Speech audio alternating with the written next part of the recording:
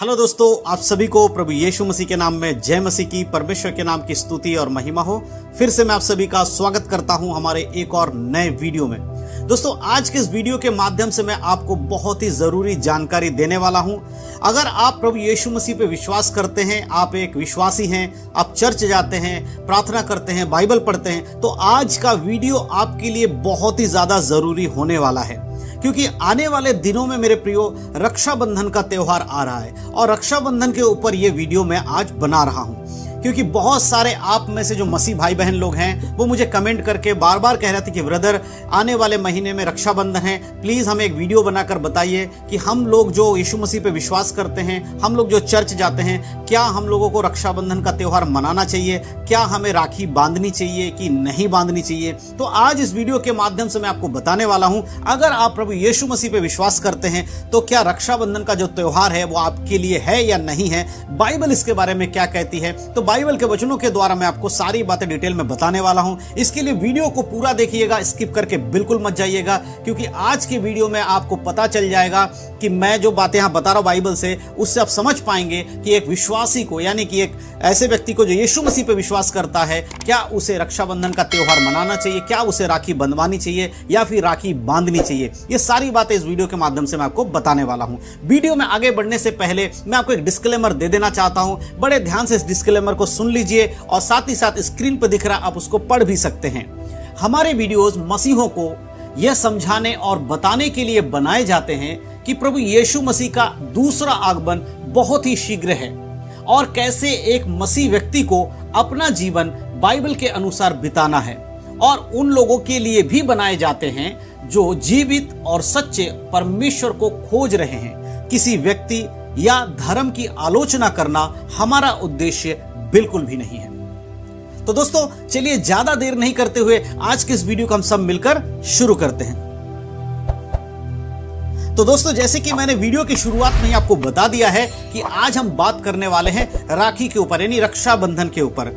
आने वाले समय में कुछ दिनों के बाद रक्षाबंधन आने वाला है और इस रक्षाबंधन में बहुत सारे ऐसे मसीह लोग भी हैं जो ये कंफ्यूजन में रहते हैं, क्या उन्हें रक्षाबंधन में राखी बांधनी चाहिए या बंधवानी चाहिए कि नहीं बंधवानी चाहिए। तो बहुत सारे मसीह भाई बहन लोग सोचते हैं कि हमें नहीं मालूम बाइबल में क्या लिखा है, क्या हम जो कर रहे हैं ये सही है या गलत है। तो इसीलिए आज मैं इस वीडियो के माध्यम से आपके सवालों का जवाब देने वाला हूं। ऑलरेडी मैंने इसके ऊपर पहले पिछले साल भी और उससे पहले भी मैंने रक्षाबंधन के ऊपर वीडियोस बनाए हैं। अगर आपने उन वीडियोस को देखा होगा तो आपको पता होगा कि किस प्रकार से वचन के अनुसार हमें क्या करना चाहिए। अगर नहीं देखा है तो आप उस वीडियो को भी देख सकते हैं। साथ ही साथ अभी जो मैं वीडियो बना रहा हूं, इस वीडियो को भी आप पूरा देख लीजिए, फिर जाकर आप उन वीडियोस को भी जरूर देखिएगा, तो आपको और अच्छे से चीजों को समझने में आसानी होगी। तो मैं सबसे पहले एक बात आपको बता देना चाहता हूं। देखिए, एक व्यक्ति प्रभु यीशु मसीह पे जब विश्वास करता है तो क्या वो उसके जीवन में बदलाव क्या आते हैं। देखिए, कोई भी व्यक्ति जब यीशु मसीह पे विश्वास करता है या यीशु को अपने उद्धारकर्ता के रूप में ग्रहण करता है, तो ऐसा नहीं है कि वो व्यक्ति इस दुनिया से अलग हो गया है।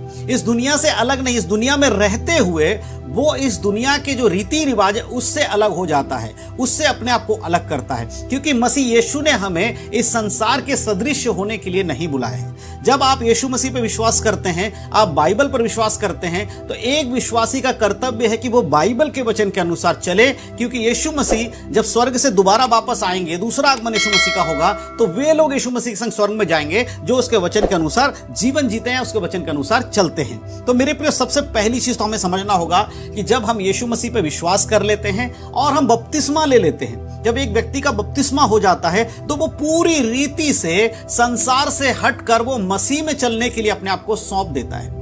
जब कोई यीशु मसीह पे विश्वास कर रहा है या उससे पहले जब वो विश्वास नहीं करता था, तब उसका जीवन कैसा था कि वो संसारिक बातों में मन लगाकर चलता था, जो दुनिया करती थी वही वो करता था। और सबसे पहली बात यह है कि जब एक व्यक्ति मसीह में आ जाता है तब उसका स्वभाव बदल जाना चाहिए। बपतिस्मा लेने के बाद अब वो संसार के लिए नहीं है, अब वो मसीह के वचन के लिए है। मैं एक वचन आपके लिए पढ़ना चाहता हूं।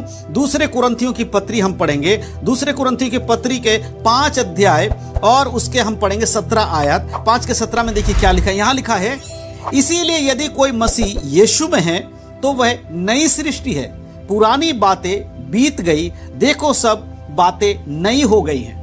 जब कोई मसीह यीशु में आ जाता है तो वो नई सृष्टि बन जाता है। और नई सृष्टि का अर्थ क्या है कि पुरानी जो चीजें उसके जीवन में थी, अब वो चीजें उसके जीवन में नहीं रहेंगी। एक व्यक्ति जब बपतिस्मा ले लेता है तो वो इस बात की घोषणा करता है कि इस संसार के चीजों के लिए, इस संसार की जो बाकी चीजें मैं पहले किया करता था, उन चीजों के लिए, जो बुराइयों में मैं रहता था, जो गलत विचारों में मैं रहता था, जो कि संसार में जो गलत चीजें उनमें मैं रहता था, अब मैं उनके लिए मर गया हूं। अब मैं प्रभु यीशु मसीह के वचन के अनुसार ही चलूंगा, संसार के लिए अब मैं नहीं चलूंगा।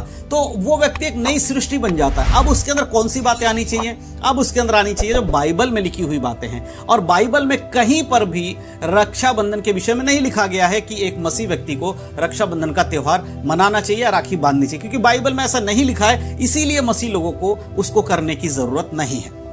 और साथ ही साथ और भी बहुत सारी चीजें हैं जिन्हें हमें समझने की जरूरत है। एक और वचन मैं आपके लिए पढ़ूंगा, रोमियो की पत्री उसका 12 अध्याय उसका 2 आयत। अगर हम रोमियो 12 के 2 पढ़ते तो देखिए यहां लिखा है, इस संसार के सदृश ना बनो, परंतु तुम्हारे मन के नए हो जाने से तुम्हारा चाल चलन भी बदलता जाए, जिससे तुम परमेश्वर की भली और भावती और सिद्ध इच्छा अनुभव से मालूम करते रहो। इस संसार के सदृश ना बनो, तुम्हारे मन के नए हो जाने से अब तुम्हारा चाल चलन भी बदलता जाए। बहुत सारे लोग कहते हैं कि नहीं, है तो हम बहुत पहले से करते आ रहे थे, हम तो यीशु में नहीं थे तब भी हम ये करते थे। तो प्रभु कह रहा है अब तुम संसार के जैसे मत करिए, जो संसार कर रहा है। आप ये मत बोलिए कि संसार कर रहा है, दुनिया करती है, हम कर लेंगे तो क्या। नहीं, आपको परमेश्वर ने दुनिया से अलग किया है।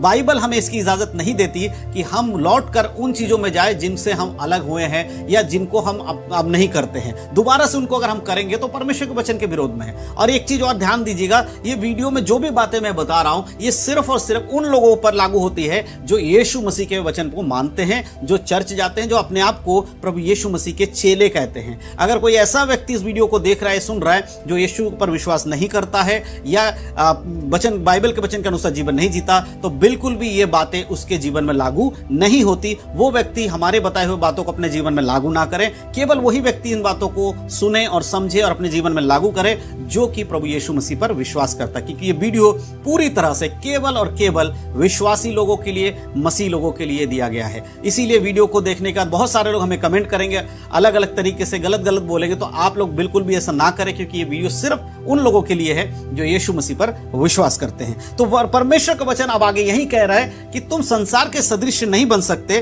तुम्हारे मन के नए हो जाने से तुम्हारा चाल चलन अब बदल जाना चाहिए। और साथ ही साथ परमेश्वर की भली और भावती इच्छा को अनुभव से मालूम करते हुए तुम्हें आगे बढ़ना है। मेरे प्रियो, रक्षाबंधन जब हम बात करते हैं तो ये एक तरीके से एक त्योहार है जो कि बाइबल में नहीं दिया गया है, बाइबल में ऐसा कहीं पर भी नहीं लिखा है। इसीलिए एक मसीह विश्वासी को क्या उसे रक्षाबंधन का त्योहार मनाना चाहिए, क्या उसे रक्षाबंधन के लिए राखी बांधना चाहिए या बंधवाना चाहिए? तो बिल्कुल नहीं, बाइबल इसकी इजाजत नहीं देती। बाइबल में कहीं पर भी ऐसा लिखा हुआ नहीं है। इसीलिए एक विश्वासी को ये सब करने की आप जरूरत नहीं है। साथ ही साथ एक बात को हमेशा ध्यान रखना चाहिए कि जो भी ये त्योहार होते हैं, इनके पीछे कोई ना कोई कथा कहानियां हैं, कुछ ना कुछ इनके पीछे रीति रिवाज है जिनसे ये कहानियां बनी और उसके बाद ये त्योहार बने हैं। और परमेश्वर का वचन कहता है, अगर हम निर्गमन की किताब पढ़ते हैं उसका 20 अध्याय और उससे 3 आयत को पढ़ते तो वहां पर परमेश्वर का वचन कहता है, तू मुझे छोड़ दूसरों को ईश्वर करके नहीं मानना। ये बाइबल के सबसे बड़ी आज्ञाओं में से एक आज्ञा परमेश्वर कहता है, तू मुझे छोड़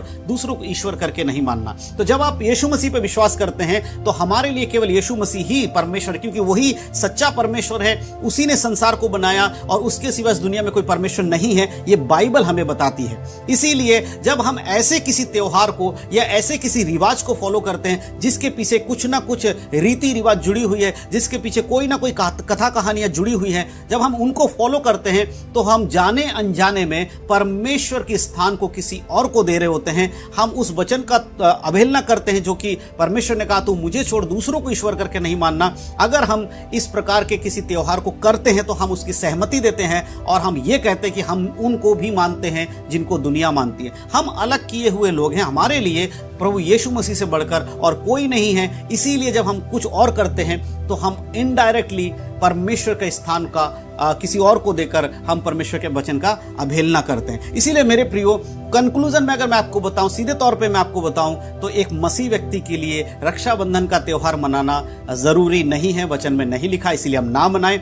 और परमेश्वर इन बातों के विषय में हमें बाइबल में कुछ नहीं कहता, इसलिए हमारे लिए जरूरी नहीं है। तो अब क्या सवाल आता है कि क्या हम लोग रक्षाबंधन नहीं मनाए, अपने घर में भी नहीं मनाए? जी हाँ, एक अगर विश्वासी है तो उसको ऐसा नहीं करना चाहिए, उसे वचन के अनुसार जीवन जीना चाहिए। तो मेरे प्रियो, मैं विश्वास करता हूं कि वचन के आधारित आप समझ गए हैं, एक विश्वासी के लिए सांसारिक बातों में मन लगाना जरूरी नहीं है। अब हम वो काम नहीं कर सकते जो यीशु मसीह में आने से पहले करते थे, और हम अब नई सृष्टि है, इसीलिए हमारे जीवन में सब कुछ जो है वो वचन के अनुसार नए होना चाहिए। पुरानी बातें हमारे जीवन में अब नहीं होनी चाहिए। तो मैं विश्वास करता हूं इस वीडियो के माध्यम से आपको जो मैंने बातें बताई उसको समझ पाए हैं। तो जरूर आप इस वीडियो को अपने मसीह भाई बहनों में शेयर करिएगा, ताकि उन लोगों तक भी परमेश्वर का वचन पहुंच सके कि बाइबल के अनुसार रक्षाबंधन का त्योहार मनाना मसीहों के लिए जरूरी नहीं है।